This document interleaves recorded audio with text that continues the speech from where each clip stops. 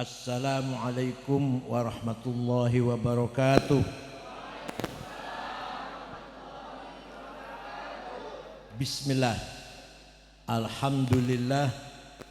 Wassalatu wassalamu ala sayyidina wa maulana Muhammad Rasulillah wa ala alihi wa sahbihi wa man tabi'a sunnatahu wa jama'atah min yaumina hadha ila yaumil ba'thi wan nahdhah. Hadaratul masyayikh, ru'asa syuriyah, ashab al-ma'ahid, ashab turuq sufiyah al-mu'tabarah, pengurus cabang NU Kabupaten Trenggalek dan seluruh pengurus badan otonom, Ansor, Pagar Nusa, Muslimat Fatayat, Ibnu PPNU, para pejabat pemerintah yang mewakili Pak Bupati, yang mewakili Pak Dan, yang mewakili Pak Kapolres yang saya hormati, seluruh pengurus MWC yang hadir, yang terhormat Kiai Haji Arifin Junaidi yang datang bersama saya, dulu Ketua Ma'arif NU 2 periode, sekarang seperti saya lah bodolan, protolan pengurus PBNU.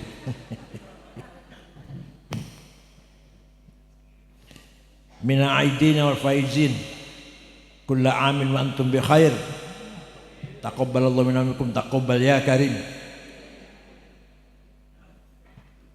Setelah 13 tahun Nabi Muhammad di Mekah dakwah, 13 tahun hanya mendapatkan pengikut kurang lebih 120 orang. Selama 13 tahun. Itu pun dengan segala tekanan, tantangan, bahkan di antara para sahabat ada yang dibunuh. Sahabat Yasir dengan istrinya Sumayyah dibunuh. Sahabat Bilal disiksa, Suhaib Ar-Rumi disiksa dan lain-lain. Nabi pun pernah dihina,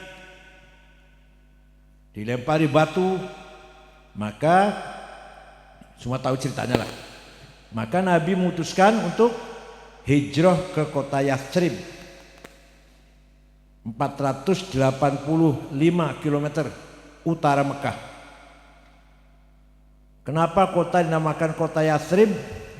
Karena yang membangun kota tersebut namanya Syekh Yathrib bin Laud bin Amlik bin Sam bin Nuh, cicit Nabi Nuh, namanya Yathrib yang membangun kota tersebut.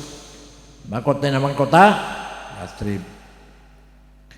Nabi masuk ke kota Yathrib, ternyata mendapatkan masyarakat yang majmuk, plural, bineka.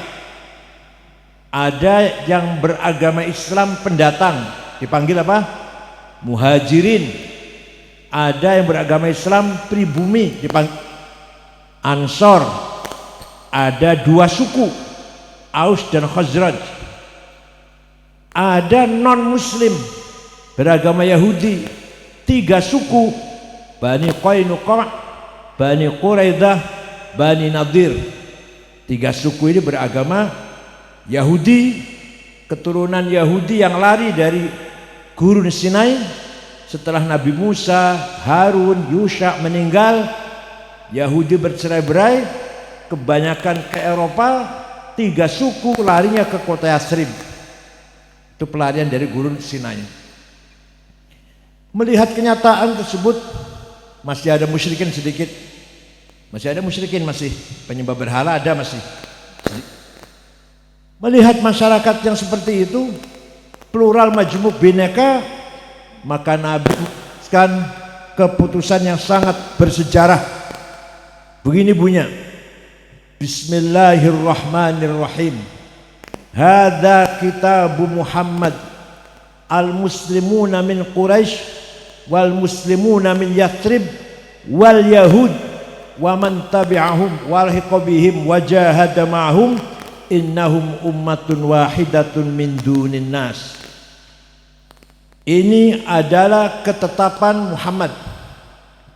Orang Islam pendatang dari Quraisy, orang Islam penduduk dari Yathrib, dan Yahudi non-Muslim, asalkan satu tujuan, satu cita-cita, tabi'ahum lahiqa bihim jahadamahum. Kalau bahasa sekarang, satu dalam visi misi. Kalau bahasa sekarang, cita-citanya sama. Maka sesungguhnya semua itu adalah umat yang satu. Jadi Nabi Muhammad 15 abad yang lalu telah berhasil membangun komunitas yang dibangun atas berdasarkan kesamaan cita-cita, visi misi, kesamaan agama, bukan kesamaan suku. Agamanya ada Muslim dan ada non-Muslim, sukunya ada Arab, ada non-Arab, tapi disamakan dengan kesamaan cita-cita. Paham tidak? Paham tidak? Jadi umat yang dibangun oleh Nabi Muhammad ini umat yang diikat dengan kesamaan visi misi, cita-cita, bukan disamakan oleh agama, bukan disamakan oleh suku. Maka Nabi Muhammad mendeklarasikan berdirinya negara Madinah, bukan negara Islam, bukan negara Arab. Nabi tidak pernah mengatakan mendirikan negara Islam, tidak pernah mengatakan negara Arab. Negara apa namanya? Madinah, mutamaddin, madaninya. Apa artinya Madinah itu? Madinah artinya masyarakat yang mencapai kemajuan di bidang culture, budaya, agama, akhlak, namanya thaqafah. Di samping itu juga masyarakat yang sudah berhasil membangun hadarah. Apa hadarah? Kesejahteraan. Jadi kalau ada masyarakat maju pendidikannya, maju budayanya, agamanya, namanya thaqafah. Apa namanya? Kalau ada masyarakat yang maju, rumahnya bagus-bagus, rata-rata punya mobil, maju di bidang hadarah. Apa namanya? Dua-duanya maju. Trenggalek dua-duanya maju. Masyarakat Trenggalek misalkan kaya, ya sejahtera, ya adil, disiplin, beribadah, bertakwa, beragama, akhlak yang mulia, kaya, namanya mutamaddin. Apa namanya? Jadi masyarakat Trenggalek insya Allah akan mencapai masyarakat yang mutamaddin. Ini nggak cukup dengan amin nih, nggak cukup dengan amin terus besok ya. Masyarakat mutamaddin, masyarakat yang berhasil membangun thaqafah dan hadarah. Thaqafah, pendidikan, budaya, disiplin, keadilan, tertib, kebersihan, hadarah, welfare, sejahtera, kaya, berkecukupan. Itu namanya mutamaddin. Benarkah Nabi Muhammad itu menjalankan sistem tamaddun? Benar. Dibuktikan.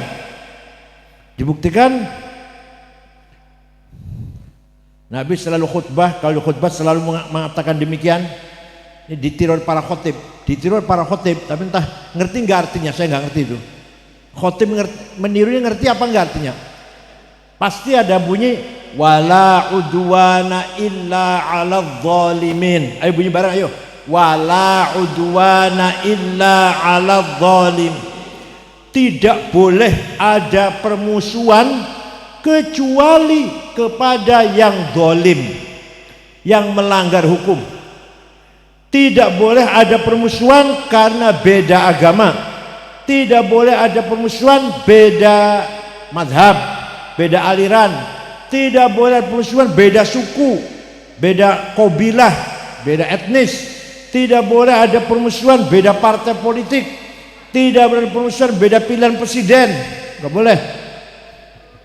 Yang harus kita anggap musuh yang melanggar hukum, pejabat yang korupsi, itu musuh kita bersama. Pengedar narkoba, bos judi, bos apa?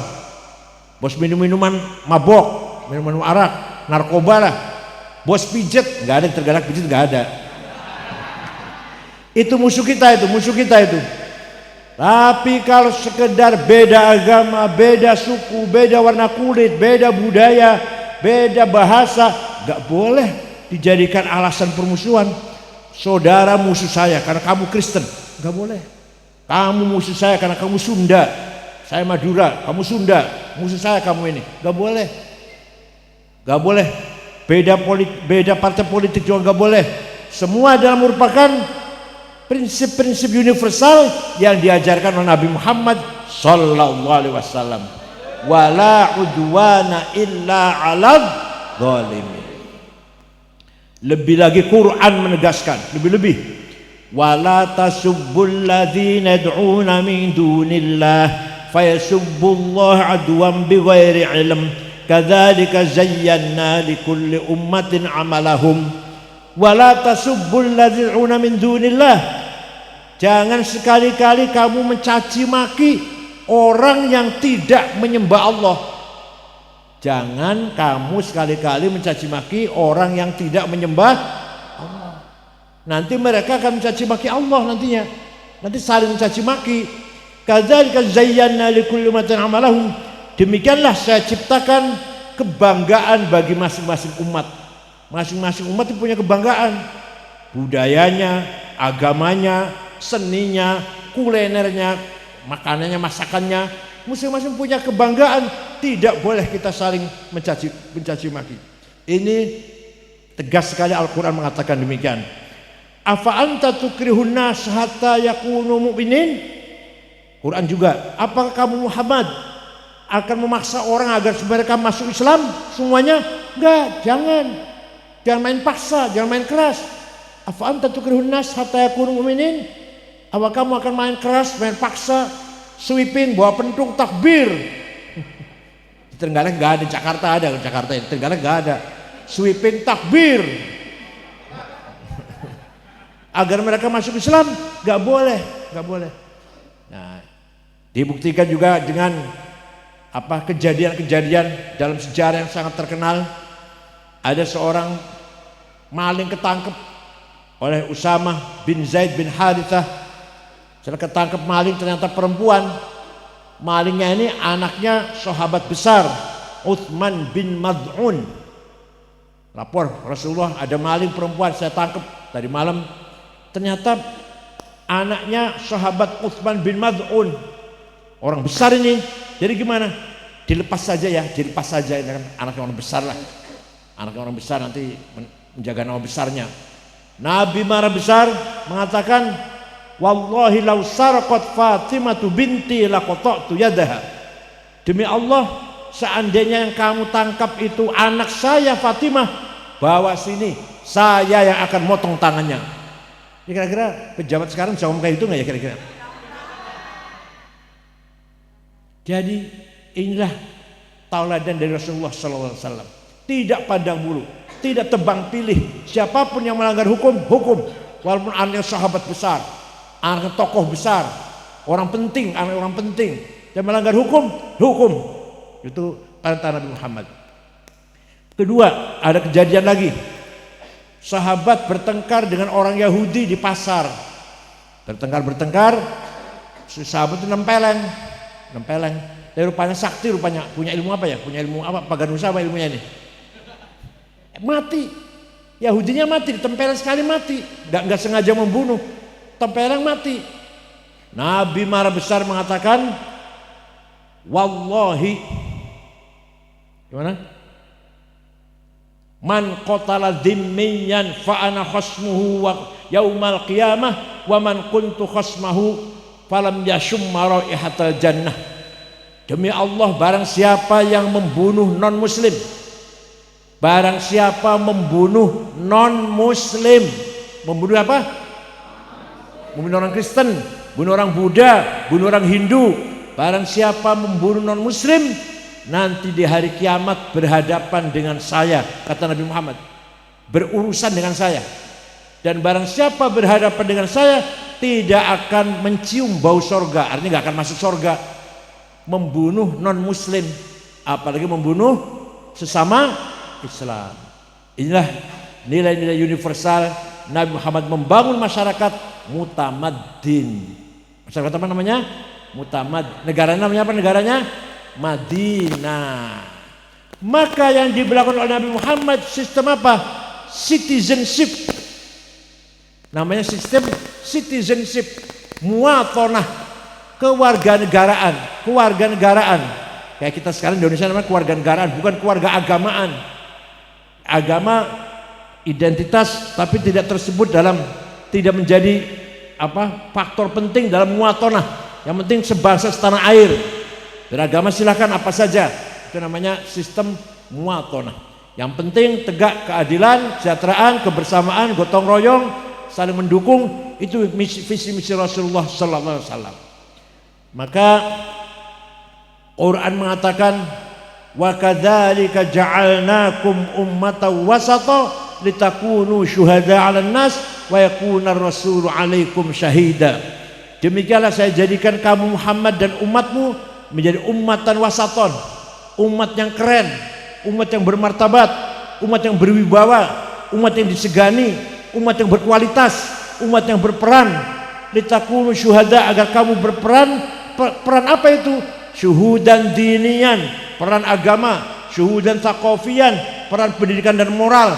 Syuhudan hadarian, peran kesejahteraan dan ekonomi. Syuhudan ijtimaiyan, peran sosial. Syuhudan insanian, peran kemanusiaan. Dan yang terakhir yang penting, syuhudan siasian, peran politik. Politik terakhir tapi penting ya. Penting nggak politik itu? Penting. Nah itulah. Jadi Nabi Muhammad diperintah oleh Allah membangun umat panjenengan ini, umatnya ini agar berperan di tengah-tengah masyarakat. Harus berperan, tidak boleh di pinggir, di tengah. Yang kiai memimpin agama, pegang masjid, madrasah, pesantren. Jangan sampai agama dipegang oleh orang luar, nanti salah semua nanti. Yang betul profesional, yang ekonomi pegang oleh kita orang Islam, pasar pegang, bank-bank pegang, yang arsitek pembangunan pegang oleh kita orang Islam, gitu loh. Namanya litakunu syuhada 'alan nas, syuhudan dinian, thaqafiyan, hadarian, ijtimaiyan, siasian. Itulah ciri-ciri masyarakat mutamaddin. Mudah-mudahan berapa tahun lagi Trenggalek menjadi masyarakat yang mutamaddin. Enggak cukup dengan amin ya, dia sudah amin. Jawabnya siap, jawab dulu. Jawabnya apa? Jawabnya apa? Siap. Manusia itu punya hawa nafsu dua. Punya dua hawa nafsu. Satu namanya nafsu ghadabiyah, nafsu amarah, ambisi. Ya. Namanya nafsu ghadabiyah. Saya harus jadi presiden. Saya harus jadi bupati. Saya harus jadi komandan, jadi imam, jadi direktur, gak mau jadi makmum. Namanya nafsu apa? Namanya nafsu apa namanya? Ghadabiyah. Tapi kalau dengan niat yang baik, dengan cara yang benar, tujuannya baik mencari ridho Allah, maka nafsu ghadabiyahnya ganti. Namanya himmah. Apa namanya? Saya harus jadi pemimpin. Itu himmah. Kalau niatnya baik, caranya baik, tujuannya baik. Namanya apa? Himmah. Nabi Muhammad orang himmahnya besar. Muhammadun qaimun lillahi dhu himami. Muhammadun sadiqul aqwali wal kalimi. Muhammadun thabitul mitsaqi hafidhuhu. Muhammadun taibul akhlaqi wasyami. Nabi Muhammad orang qaimun lillah dhu himamin, yang tegak atas nama Allah lillahi ta'ala dan mempunyai himmah yang tinggi. Saya harus menang, itu Nabi Muhammad itu. Saya tidak mau kalah. Islam ini maksudnya perjuangan Islam. Saya harus menang, gak mau kalah. Begitu pula Kiai Hasyim Asy'ari. NU harus besar. Besar belum? Besar tidak NU? Besar. Begitu pula Bung Karno. Indonesia harus merdeka. Ketika Bung Karno ngomong kayak gitu, punya apa? Punya senjata nuklir. punya duit triliunan, enggak punya apa-apa waktu itu Bung Karno. Tapi punya apa namanya? Punya himmah. Indonesia harus merdeka. Oleh karena itu menang itu wajib. Menang itu, kalah itu dosa. Kalah itu dosa loh. Wala tahinu wala tahzanu wa antumul a'launa in kuntum mu'minin. Kamu jangan kalah. Artinya itu artinya kamu jangan kalah, kamu jangan rendah, jangan di bawah. Kalau betul-betul kamu beriman, in kuntum mu'min, kamu harus wa antumul a'laun, kau di atas. Jadi menang itu wajib, kalah itu jawab. Menang itu wajib, kalah itu. Jadi kita ini lagi berhadapan dengan orang dosa-dosa ini. Ayo bunyi bareng ayo. Saya harus menang, ayo. Saya tidak mau kalah. Itu himmah namanya himmah. Niatnya baik, ya niatnya baik tapi caranya baik dan tujuannya lillahi ta'ala, demi bangsa, demi agama, demi rakyat. Itu namanya niatnya ibtigha amardhatillah. Yang kedua, nafsu syahwatiyah. Saya harus kaya, rumah bagus, uang banyak, perusahaan banyak, maju, konglomerat jadi konglomerat, istri cantik, gitu kan? Nggak apa-apa namanya nafsu syahwatiyah. Kalau niatnya baik, tujuannya baik, caranya benar, nafsu syahwatiyah ganti namanya azimah. Apa namanya? Ala qadri ahlil azmi ta'til azaimu wa ta'ti ala qadril kiramil makarimu fatakburu fi ainis saghiri sigaruha wa tasgaru fi ainil azimil adaimu. Adaim, makarim harus diraih dengan azimah. Sayyidina Utsman kaya, sahabat Utsman itu kaya, pernah sedekah gandum diangkut 700 onta. Berapa karung entah berapa karung itu. Yang jelas diangkut dengan 700 onta. Yang jenengan pernah sedekah 700 apa? Sahabat itu yang pasti masuk surga sudah. Sahabat Utsman yang pasti masuk surga. Sedekah 700 onta gandum diangkut 700 onta. Kenapa? Ya karena kaya. Karena kaya, kalau melarat masa bisa sedekah seperti itu. Begitu pula Syekh Abdul Qadir Al-Jailani. Dengarkan nama itu ya? Nama itu dengar? Syekh Abdul Qadir orang Baghdad, orang Irak. Suatu ketika ziarah kubur Imam Syafi'i di Mesir. Imam Syafi'i di Mesir kuburannya. Berangkat ke sana dari Irak ke Mesir, ziarah kubur Imam Syafi'i. Sampai di sana melihat masyarakat sekitar kuburan Imam Syafi'i, daerah Fustat namanya dusun Fustat, Kairo. Melarat, gak pada punya rumah. Syekh Abdul Qadir Jailani segera beli tanah 10 hektar, diwakafkan untuk penduduk sekitar kuburan Syafi'i, dijadikan rusun.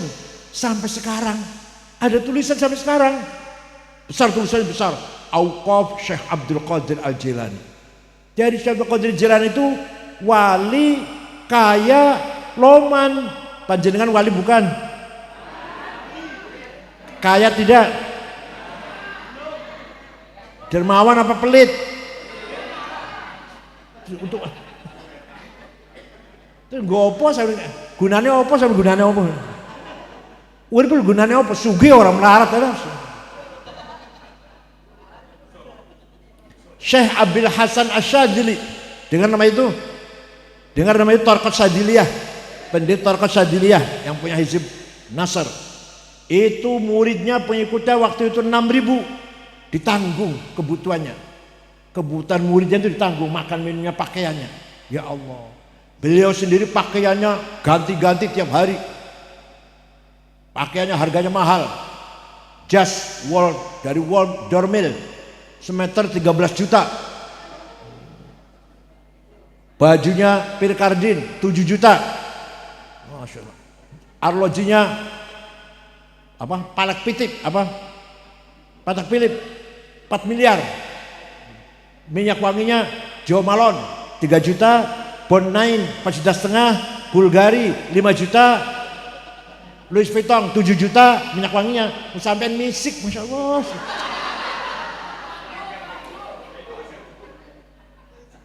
Sepatunya Hermes 25 juta. Tasnya itu ada mereknya apa?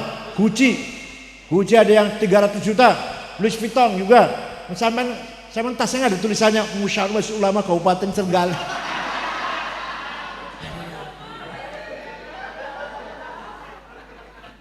Kopiah ireng campur coklat. Sandal lili. Sarungnya cap gajah duduk. Minyak wangi misik 510 gram. Ada yang tanya muridnya ini. Enggak, saya enggak bercanda betul.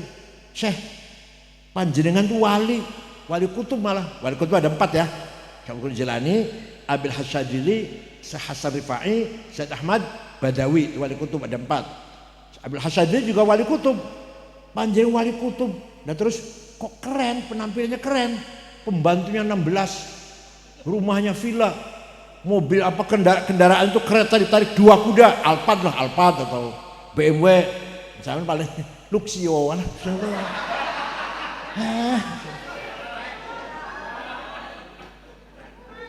Terus gimana? Kiai-kiai yang lain kok nyemprul, jaringan kok keren? Jawabnya, nah libasi yakul, pakaianku iki sing larang iki sing mewah iki, bisa ngomong. Pakaianku iso ngomongnya piye? Ayuhan nas ana ghani fala tarhamuni. Wahai masyarakat, saya kiai kaya, enggak usah kamu amplopin. Itu artinya. Tapi kalau kiai yang tadi itu, yang bajunya nyemprul tadi itu, yang tasnya ada tulisan Musyawarah Ulama itu pakaiannya ngomong ayuhan nas ana fakir farhamuni. Ya, mulai sekarang kiai-kiai harus keren. Gak usah jauh-jauh. Sayyid Muhammad bin Ali Al-Maliki di Mekah baru wafat tahun 2004. Santrinya 700. Waktu saya di sana santri 700. Ditanggung kebutuhannya. Makan, minum, pakaian, sakit diobatin, pulang kasih tiket. Kiai nanggung santrinya. Di Trenggalek ada kiai nanggung santrinya. Sayyid Muhammad bin Ali Al-Maliki di Mekah. Putra-putranya Mbah Mun, Sarang, Mbah Mun, semua mondok di situ. Di Sayyid Muhammad. Ya Allah. Kiai Wahab menyebarkan NU, sosialisasi NU tahun 30-an sampai ke Palembang. Di Palembang ketemu dengan Kiai Kamil Soleh, orang Semarang aslinya, berdiri NU. Ke Banten, Pandeglang, Menes, Kiai Abdurrahman, pendiri NU. Di Betawi, Jakarta, Tuan Guru Marzuki. Di Cipinang Muara, berdiri NU. Pergi ke Bogor, Ajengan Pagentongan, Ajengan Falak, berdiri NU di Bogor. Ke Cirebon, Kiai Abbas, Buntet, berdiri NU. Semarang, Kiai Ridwan, Lasem, Mbah Maksum, Kudus, Raden Aslami Kudus, Cepu, Kiai Ihsan, Lombok, ke Lombok juga. Itu Kiai Wahab muter-muter, tidak pakai proposal. Uang sendiri itu muter-muter mensosialisasikan NU ini. Gak pakai apa? Nanti waktu Kanjeng Nabi Mi'raj, ada di kitab Mi'raj, ada, lihat aja kalau nggak percaya. Waktu Kanjeng Nabi Mi'raj melihat ada orang bangun dari kuburan tinggi besar, gagah. Dilihat mukanya kropos, nggak ada dagingnya. Mukanya nggak ada dagingnya. Nabi kaget.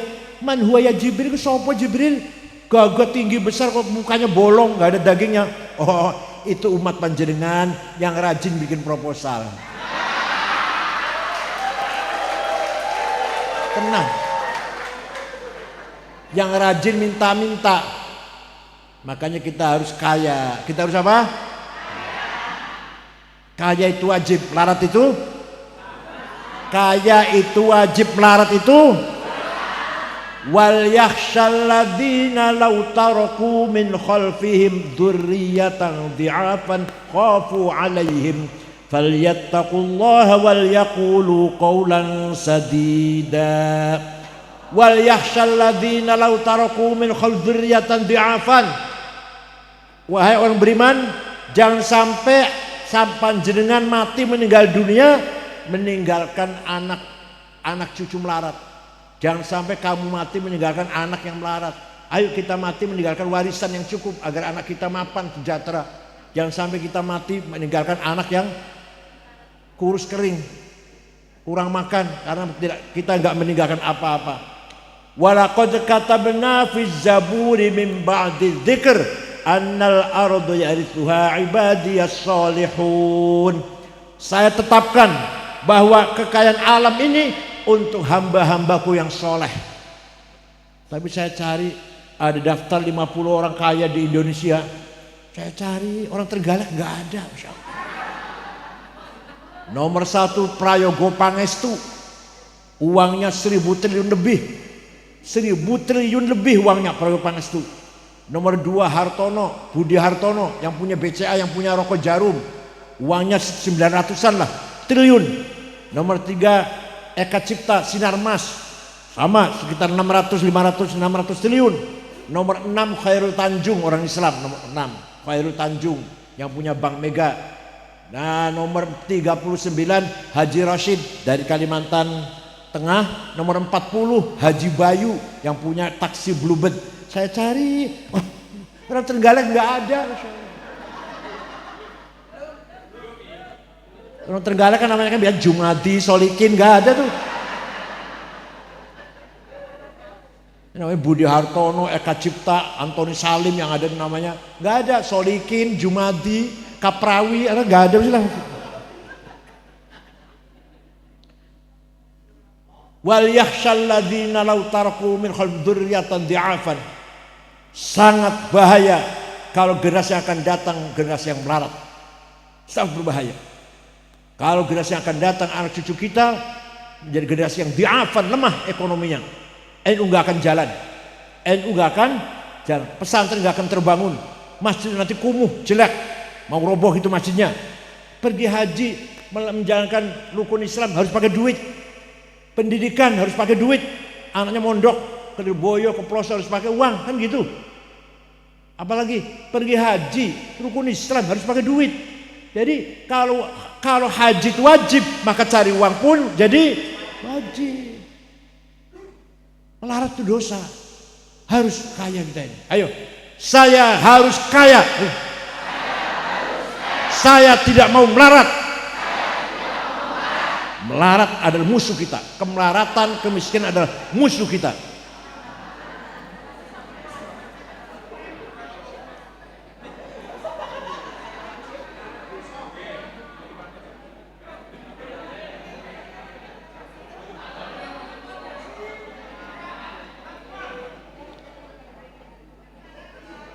Para kiai-kiai, Kiai Hashim cukup kaya, sawahnya luas sawahnya. Kiai Hashim Asy'ari. Kiai Mahrus cukup kaya, usahanya nanam tebu kan. Kiai Mahrus Lirboyo nanam tebu. Kiai Ali Maksum Jogja cukup kaya. Kiai Bisi Mustafa, buyutnya ketua NU sekarang, juga cukup kaya di Rembang. Jadi kiai-kiai yang aktivitasnya tinggi bisa mandiri, membekali, mencukupi dana untuk aktivitas memperjuangkan Nahdlatul Ulama. Nah, itulah sedikit tentang nafsu ghadabiyah dan nafsu syahwatiyah. Menang itu wajib, kaya itu wajib. Satu lagi, pinter. Thalabul ilmi faridatun ala kulli muslim. Pinter itu wajib, faridah. Pinter itu. Jadi kalau bodoh dosa. Ya Allah. Kita bayar dosa tok isine iki. Pinter itu wajib, bodoh itu kita ketinggalan jauh dengan orang luar, ketinggalan jauh. Mereka sudah menguasai digital, menciptakan digital, mempengaruhi kita dengan teknologi mereka itu digital. Nah, kita paling bisa make. Maka kita dipengaruhi oleh digital, oleh YouTube, oleh Google. Manfaatnya banyak. Tapi bahaya juga besar. Di YouTube itu banyak ceramah saya. Gimana? Di YouTube banyak ceramah saya, banyak. Mau lihat silahkan. Tapi setelah ceramah saya iklan obat kuat. Iklan obat kuat nggak apa-apa, iklan obat kuat nggak apa. Gambar itu yang apa-apa, yang haram dilihat. Kalau sampean lihat orang lagi kayak gituan, jadi saksi di akhirat nanti. Jadi saksi di akhirat, dosa itu. Melihat orang zina gambar lagi zina, di akhirat jadi saksi sampean. Saksi zina itu tersebut. Jadi itulah bahayanya YouTube. Dilihat oleh anak kecil seperti apa itu. Itu karena apa? Karena yang bikin bukan kita, yang isi bukan.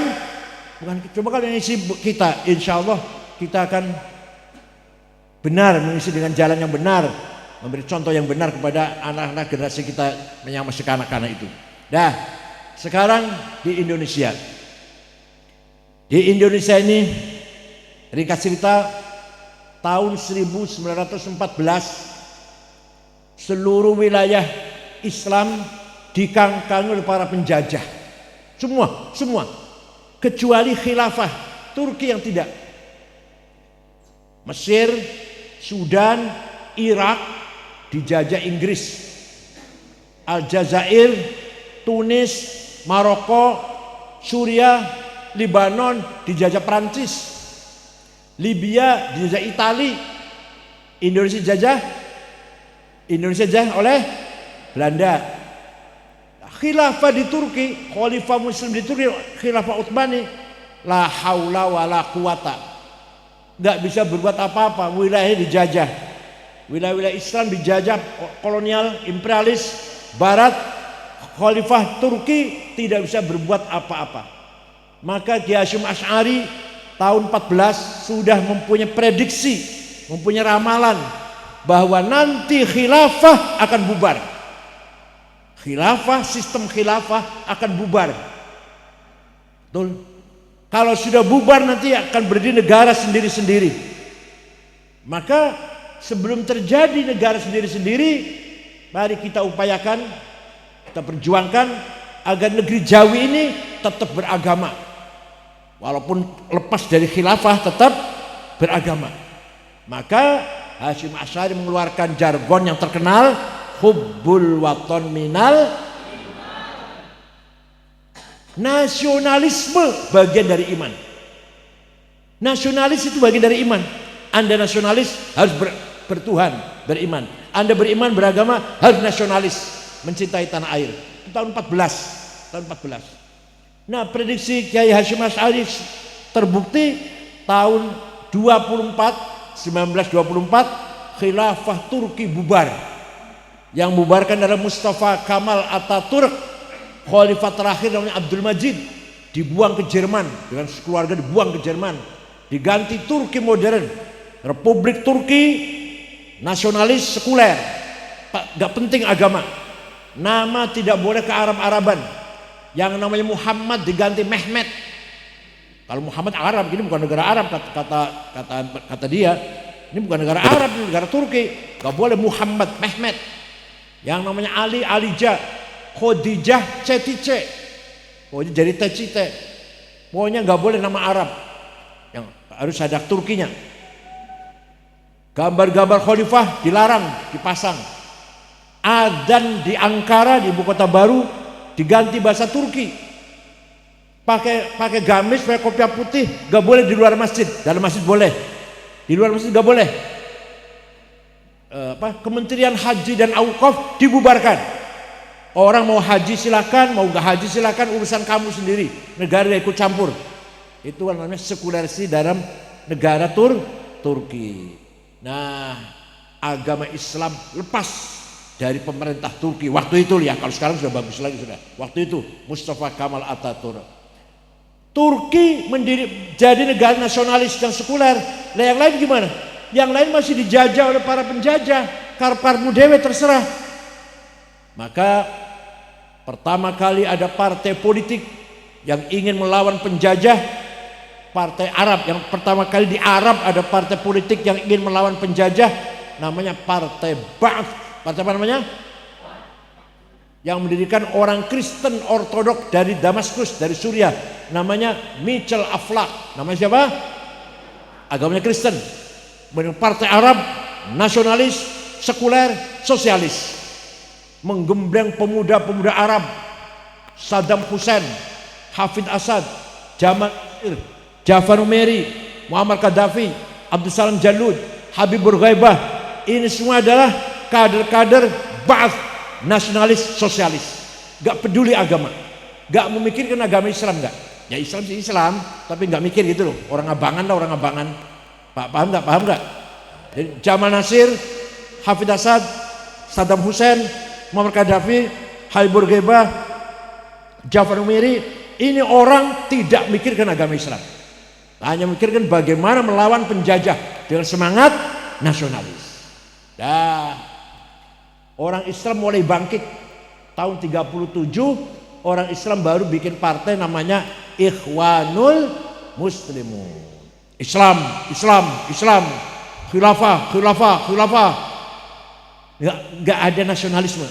Jadi yang sebelah sana nasionalisme tulen, tidak mikirin agama sekuler. Yang Islam tidak nasionalis. Islam, Islam, Islam. Itu pendiri namanya Hasan al-Banna.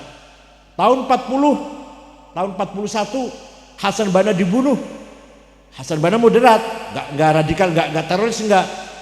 Tapi setelah Hasan Banna dibunuh, gantinya adalah Sayyid Qutb. Sayyid Qutb radikal, ekstrim, menulis kitab begini, namanya apa? Ma'alim fit Thoriq namanya kitabnya, bahasa Arab. Yang bahasa Indonesia begini: selain dari Islam masuk jahiliyah. Apapun ideologi yang di luar dari Islam namanya jahiliyah. Kalau jahil berarti kafir. Apa? Kapitalis, jahiliyah. Komunis, jahiliyah. Sosialis, jahiliyah. Sekularisme, jahiliyah. Nasionalisme, hubbul waton, jahiliyah. Kenapa? Karena nasionalisme yang bawa adalah Michel Aflaq, orang Kristen. Mengambil dari mana? Dari Prancis. Dari namanya Ernest Renan, orang Prancis, menulis kitab What is a Nation, buku What is a Nation tahun 1895. Itu yang diambil oleh Michel Aflaq sebagai dasar partai Ba'ath. Maka kata Sayyid Qutb, nasionalisme jahiliyah. Jadi betapa jauhnya. Kalau kata Ki Hasyim Asy'ari hubbul watan minal iman, kalau kata Sayyid Qutb hubbul watan minal jahiliyah. Kata Ikhwan Muslimun hubbul watan minal jahiliyah. Nasionalisme bagian dari jahiliyah. Hasyim Asy'ari nasionalisme bagian dari iman. Alhamdulillah kita NU, terutama Mbah Hasyim Asy'ari, kiai-kiai dan kiai-kiai yang lain mengatakan hubbul watan iman betul-betul dari ideologi, bukan hanya ingin melawan penjajah, bukan tidak hanya karena ingin melawan penjajah, betul-betul meyakini kebenaran nasionalisme harus bergabung dengan iman, teologi harus bergabung dengan politik kebangsaan. Alhamdulillah di Timur Tengah sampai sekarang masih belum selesai antara nasionalisme dengan Islamis. Yang Islam, yang nasionalis, nasional, belum ketemu. Tidak ada ulama sekaligus nasionalis, tidak ada nasionalis sekaligus ulama. Di kita Hasyim Asy'ari, ulama pahlawan nasional. Kiai Wahab, ulama pahlawan nasional. Kiai As'ad, ulama pahlawan nasional. Pak Idham Khalid, ulama pahlawan nasional. Wahid Hasyim, ulama pahlawan nasional. Paham tidak? Di Timur Tengah gak ada yang nasionalis, yang Islam sampai sekarang. Nah, Ikhwan Muslimun mencoba kudeta tahun 65, ingin menggulingkan pemerintahan Jamal Nasir, gagal, digantung ulama-ulama pimpinan Ikhwan Muslimun, Said Qutb, Ashmawi, Zaki Muhandis, Hussein Hudaybi, Umar Tilimsani, digantung di Medan Tahrir, ditonton rakyat, ulama digantung. Ikhwan Muslimun dibubarkan, dilarang. Tapi lahir yang lebih radikal lagi, namanya Jamaah Takfir wal Hijrah, yang mendirikan namanya Syukri Ahmad Mustafa tahun 69. Ini lebih jahat lagi, apa pendapatnya? Semua orang kafir kecuali mereka yang gak kafir. Syekhul Azhar Syekh Al-Azhar kafir, yang hafal-hafal Quran itu kafir semua, yang kotor-kotor tasawuf itu kafir semua, kecuali yang mengikuti jamaah takfir wal hijrah. Mereka sudah berhasil membunuh Menteri Agama Dr. Husain Az-Zahabi, membunuh wartawan senior Yusuf Sibai, dan puncaknya tanggal 3 Oktober tahun 81 membunuh Presiden Muhammad Anwar Sadat dari Mesir. Itu mereka namanya jamaah takfir wal hijrah. Hosni Mubarak jadi presiden, mereka diberangus, nggak bisa hilang. Mereka masih ada sembunyi di padang pasir. Di padang pasir, sewaktu-waktu ngebom masjid, ngebom masyarakat lagi maulid Nabi, lagi sholat Jumat dibom, yang mati 800 orang. Nah, di antara mereka ada namanya Aiman Zawahiri, bergabung dengan Usama bin Laden mendirikan Al-Qaeda di Afghanistan. Ini cerita tentang bagaimana pergulatan antara nasionalisme dan Islam ekstrim, Islam yang radikal. Alhamdulillah di Indonesia berkat ada Nahdlatul Ulama tidak akan terjadi Islam radikal seperti itu. Kalau toh ada, itu pendatang baru dari luar, bukan asli orang atau bukan asli pemikiran orang Indonesia. Amrozi, Ali Hufron, Ali Imran, Mukhlas, Imam Samudra, itu kan didikan Afghanistan, bukan didikan pesantren Indonesia. Kalau pendidikan Indonesia tidak akan terjadi radikalisme atau ekstremisme apa sampai mengkafirkan orang lain. Tidak boleh kita mengkafirkan orang lain, asalkan orang itu masih la ilaha illallah Muhammadur Rasulullah, masih menganggap sholat ke kiblat, tidak boleh dikafirkan. Itu menurut Imam Abul Hasan Al-Asy'ari. Jadi kita beruntung ada NU, betul, beruntung ada NU, sebuah organisasi besar dipimpin oleh ulama, yang ulama tersebut dakwah Islam dan semangat nasionalisme sangat maksimal. Dakwah Islam dengan sekali dalam saat yang sama memperkuat kesatuan tanah air, memperjuangkan Islam demi memperkuat kesatuan tanah air. Itulah ulama-ulama Nahdlatul Ulama. Tinggal bagaimana kita kemandirian pengkaderan, kemandirian di ekonomi, kemandirian di usaha, walaupun usaha kecil, ayo kita bangun. Pengurus NU harus peduli dengan itu semuanya. Kemudian memberikan afirmasi kepada anak-anak yang sekolah, anak-anak yang kuliah, yang belum mampu atau tidak mampu untuk membiayai kuliah. Ayo kita pikirkan bersama-sama, itu pengkaderan yang masa akan datang. NU sangat ditunggu-tunggu peranannya untuk menyelamatkan Indonesia di masa yang akan datang. Insya Allah selama ada NU, Indonesia akan selamat ila yaumil qiyamah, insya Allah. Asalkan NU-nya betul-betul berkualitas, tidak boleh menjadi orang pinggiran, betul-betul orang yang berperan, peran kemanusiaan, peran sosial, peran pendidikan, peran budaya, peran agama, ya, jangan dipinggir. Insya Allah ila yaumil qiyamah. Ini kita mewarisi dari Kiai Hasyim Asy'ari. Kiai Hasyim Asy'ari pun meneruskan mazhab ahli sunnah wal jamaah, mazhab yang diridhoi oleh Allah subhanahu wa ta'ala. Terima kasih, sekian, syukran wa dumtum fil khair barakati wan najah, wallahu fil qamit thariq. Wassalamualaikum warahmatullahi wabarakatuh.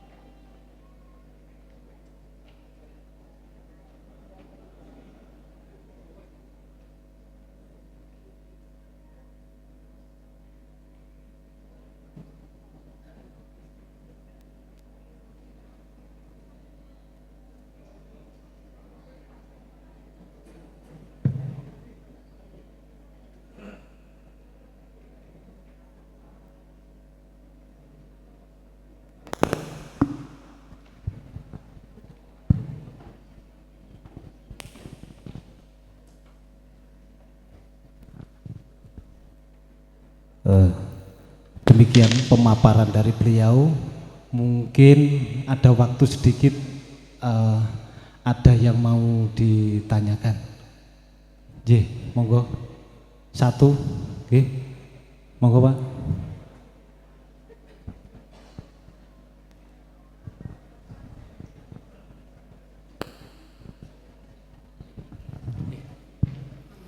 Assalamualaikum warahmatullahi wabarakatuh. Memperkenalkan diri, nama saya Abdul Muid.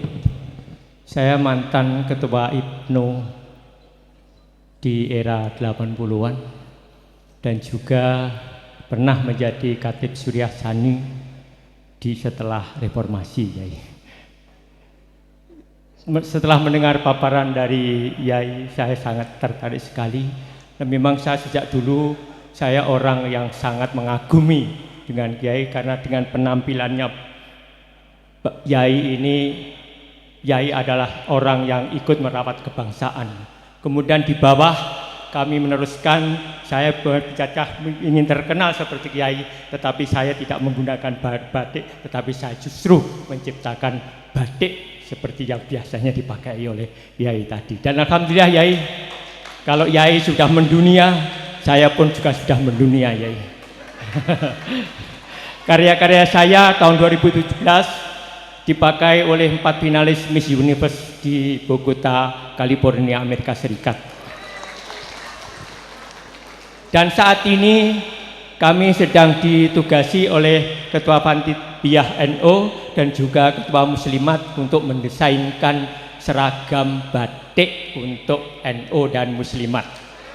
Mudah-mudahan nanti karya batik saya insya Allah itu akan lebih bagus daripada batik nasional, Yai. Insya Allah nanti bisa dipakai.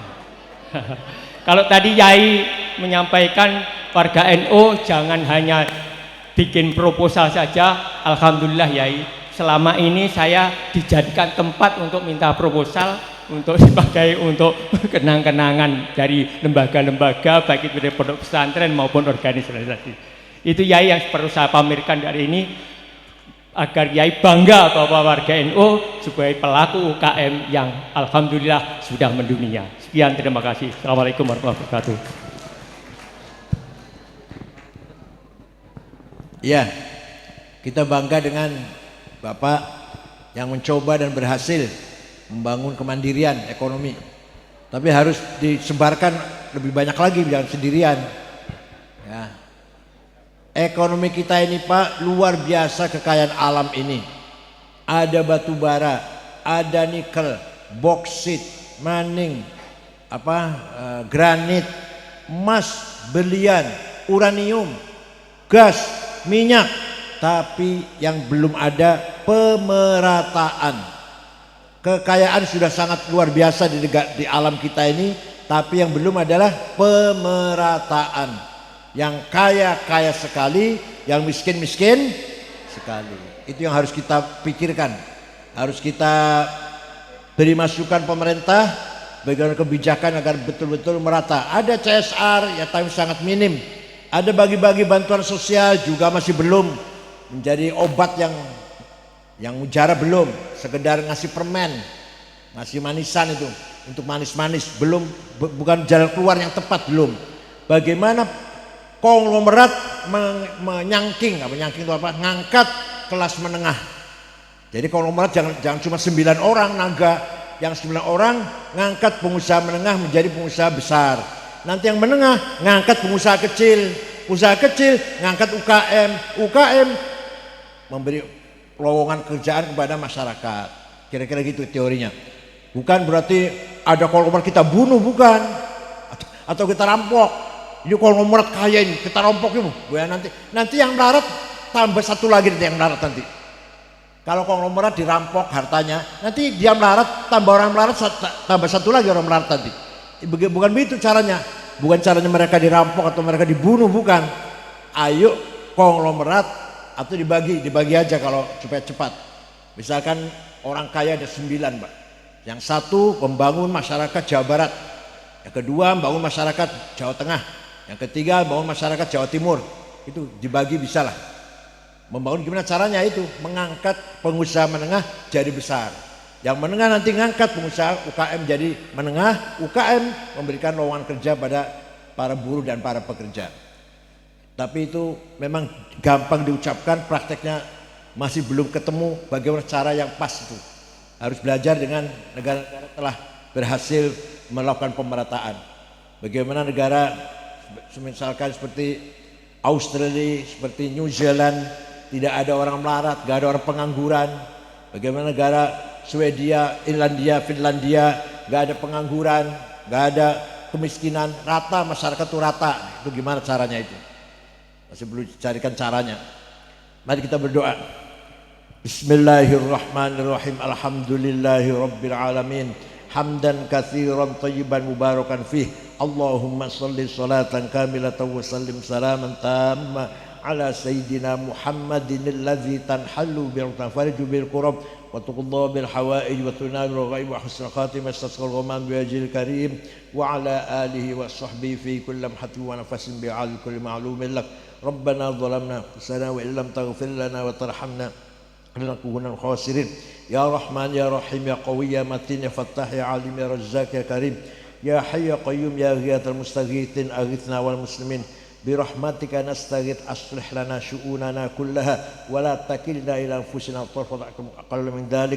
Allahumma aslih lana dinana alladhi wa'asatu amrina wa aslih lana dunyana allati fiha ma'ashuna wa aslih lana akhiratana allati ilayha ma'aduna waj'al hayata ziyadatan lana fi kulli khair waj'al mauta rahatan lana min kulli syarr. Ya Ghani ya Hamid ya Mubdi ya Mu'id ya Rahim ya Wadud aghnina bihalalika an haramik wa bi ta'atika an fadlika man siwak ya wasi'al maghfirah.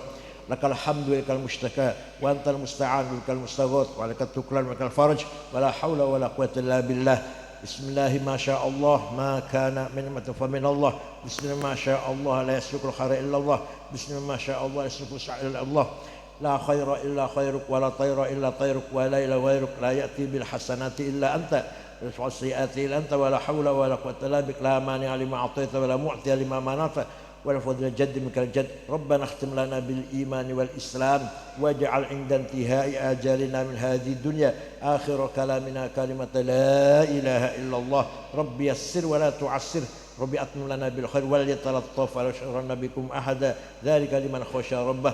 ربنا آتنا في الدنيا حسنة وفي الآخرة حسنة وقنا عذاب النار. وصلى الله على سيدنا محمد النبي الأمي وعلى آله وسلم. سبحان ربك رب العزة عما يصفون وسلام على المرسلين والحمد لله رب العالمين. الفاتحة.